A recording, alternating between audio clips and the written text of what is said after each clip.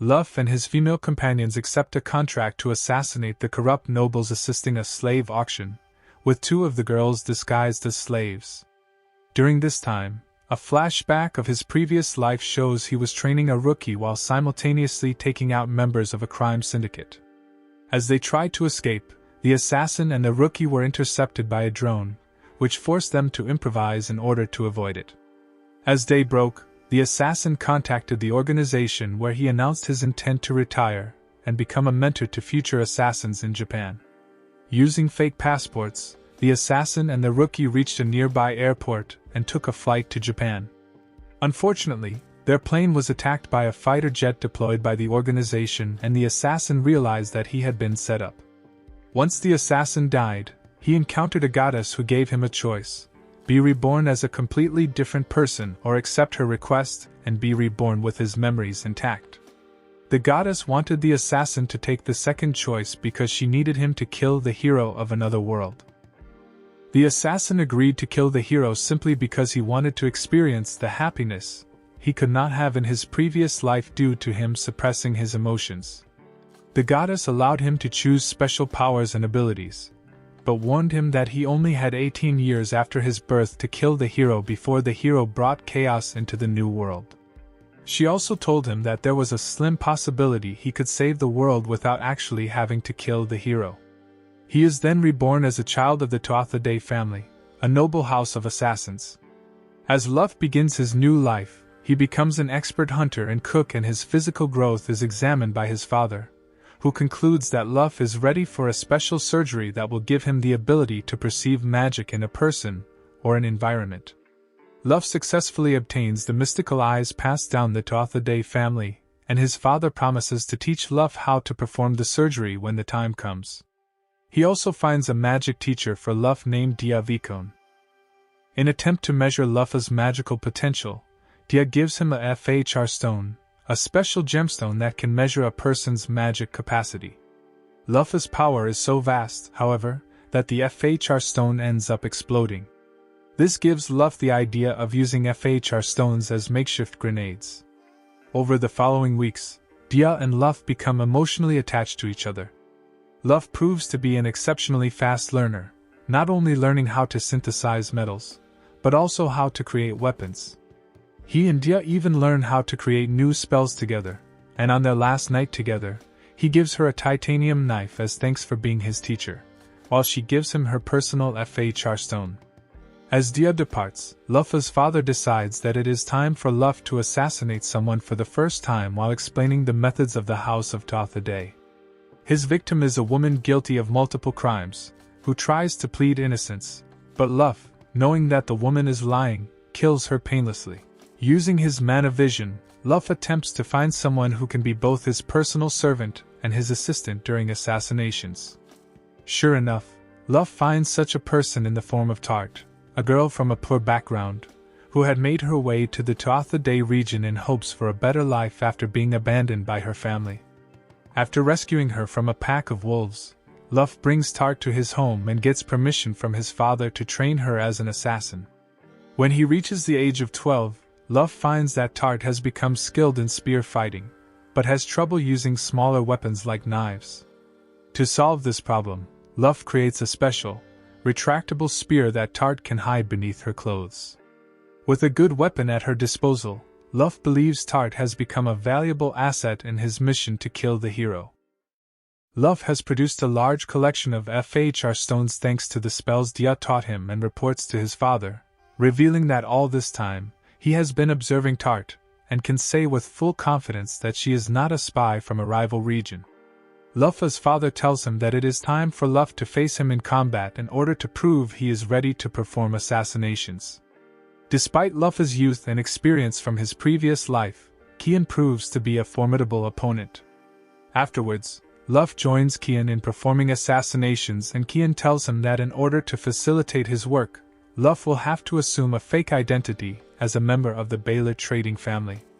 Kian holds a party to celebrate Luff's ascension as heir to the House of Toatha. Rona, a member from a branch family, disagrees with the decision and challenges Luff to a duel, but he is easily defeated.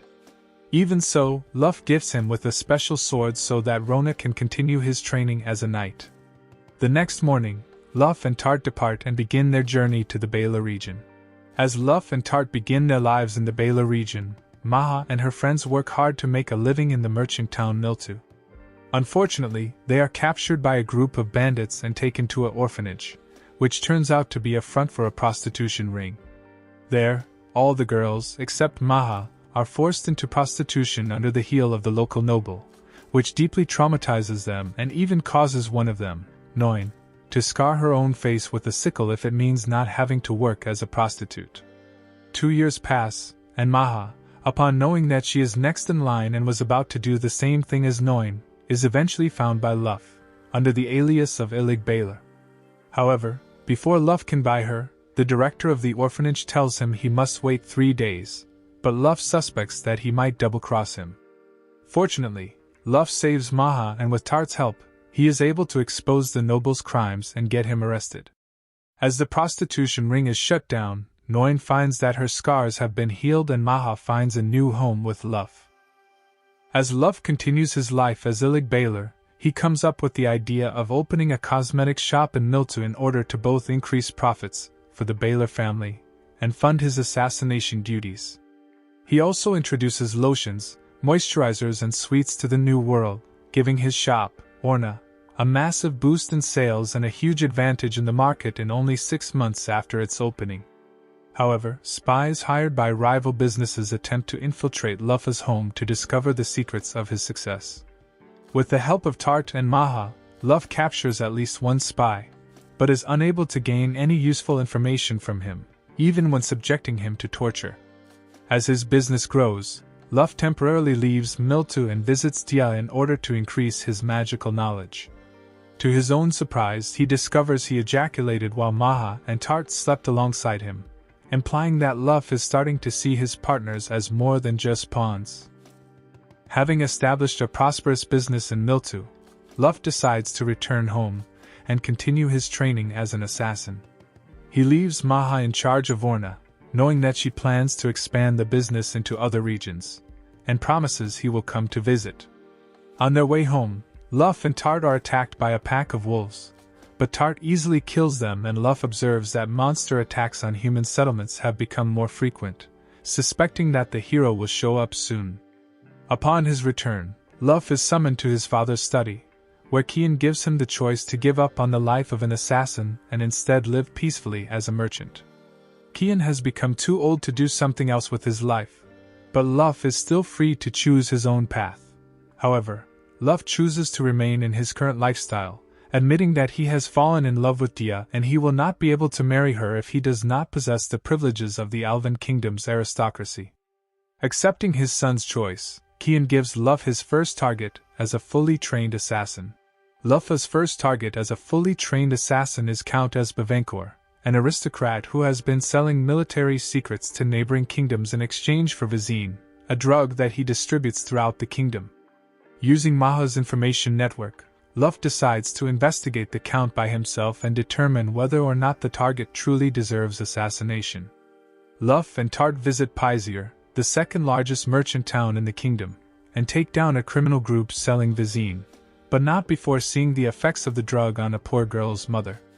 Sometime later, Luff and Maha travel to the Count's mansion under the pretense of selling Orna's products, which proves to be a success for Orna.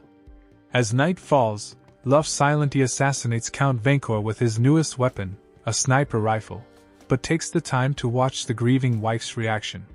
While Luff does not regret taking the Count's life, he promises never to forget this particular mission, as it was the first assassination he performed as a free man rather than as an unfeeling tool. Luff and Tart spend a full month on a deserted island as part of their assassin training, and upon returning to the mainland, Maha gives them information about a divine treasure, a tool of immeasurable power, that Luff has been trying to purchase for some time. This divine treasure, a magical spear called Gibalg, is in possession of Satanta Maknes, a renowned warrior suspected to become the legendary hero. Luff also discovers that the Vikon region is involved in a war and rushes to Dia's house, offering her a way to escape should the war reach her doorstep. Dia refuses to abandon her home, stating her obligations to her family and her people. Even so, Luff and Dia decide to enjoy themselves on a date. As Luff returns home, he still thinks he can help Dia escape from the war. But Dia has already taken steps to defend herself by fortifying her hometown. Sometime later, a wounded soldier asks the Totha family to assassinate Dia. Kian explains that it was Dia's father who ordered the assassination on his own daughter as an attempt to stop the civil war currently afflicting the Vikon region.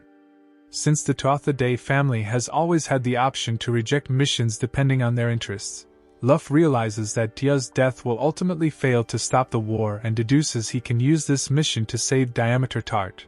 Acknowledging Luff's feelings for Dia helps him reach the Vikon region in a way that helps him conserve his magical energy, and Luff finds that the Vikon mansion is under siege, but is able to make his way to Dia while keeping casualties to a minimum.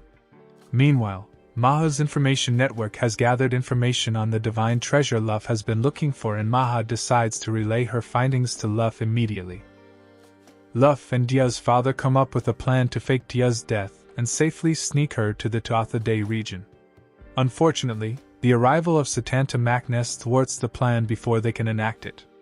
As Satanta is the wielder of Gibalg, Luff knows that he will not survive a direct confrontation with him, so he fires a magnetically propelled tungsten projectile into the atmosphere and stalls Satanta long enough for it to obliterate him. Afterwards, the Totha family adopts Dia under the guise of being Luff's younger sister, even though she is technically older than Luff, completing the mission. Sometime later, Luff receives word that the hero, Lord Epona Rhiannon, has arrived in the Alvan Kingdom.